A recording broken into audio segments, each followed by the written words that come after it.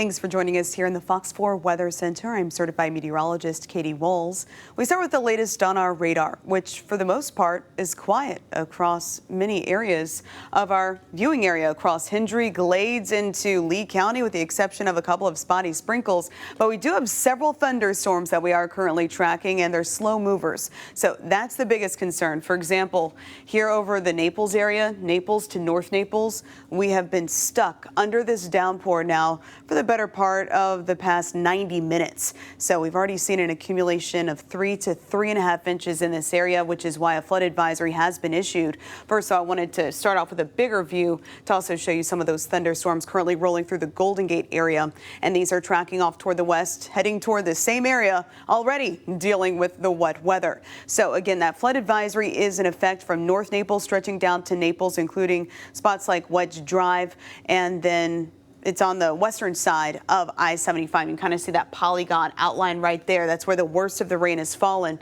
That is in effect until 7 o'clock. So we skip over Lee County because Lee County, again, on the quieter side. But here we have a stronger thunderstorm now heading toward Punta Gorda, Quiesta, Ridge Harbor, Peace River Shores. Heads up as this wetter weather starts to roll your direction. These thunderstorms working their way from the southeast toward the northwest, producing areas of heavy rainfall as well as lightning. And then also another thunderstorm, which is in the process of dying out. At least haven't seen much in the way of lightning here in the last 15 minutes, right over the Arcadia area as that particular storm's working its way from the south to the north. So by 7 o'clock, showers and storms isolated after sunset. Those storms really lose their energy, and we can expect much quieter weather, still partly to mostly cloudy here around 10:30 tonight, but you won't have to worry about any wet weather getting in the way of plans. As we kick off tomorrow morning, same setup. With that flow continuing out of the southeast, that will keep conditions dry both Saturday and Sunday mornings. So until about 2 o'clock, everything should be just fine for those outdoor activities.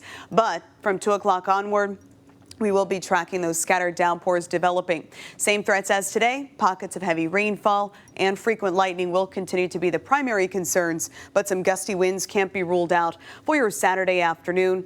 And then once that sun sets, those storms lose their energy and will be dying down. Looking ahead to your Father's Day Sunday, waking up to partly cloudy skies. Again, those winds out of the southeast, kind of a rinse and repeat situation. Great weather for the first half of the day. Maybe you want to take Dad to the beach and celebrate. But as we head into the afternoon, that's when those isolated showers and storms are expected. But look at this. It does look like those storms on Sunday will be more limited. That's why we've dropped back those probabilities to, say, 30%. Tomorrow, though, keeping those chances around 40% in the scattered range. We're starting things off in the 70s, mostly sunny heading into the afternoon. 92 degrees is where we're headed. Factor in that humidity. It's going to be feeling more like the upper 90s and low 100s. Punta Gorda, for example, is going to be feeling more like 102. If you're heading out on the water Saturday or Sunday, here's what you can expect. Southeasterly winds around 10 knots tomorrow, tapering to 5 to 10 knots as we head into your Sunday.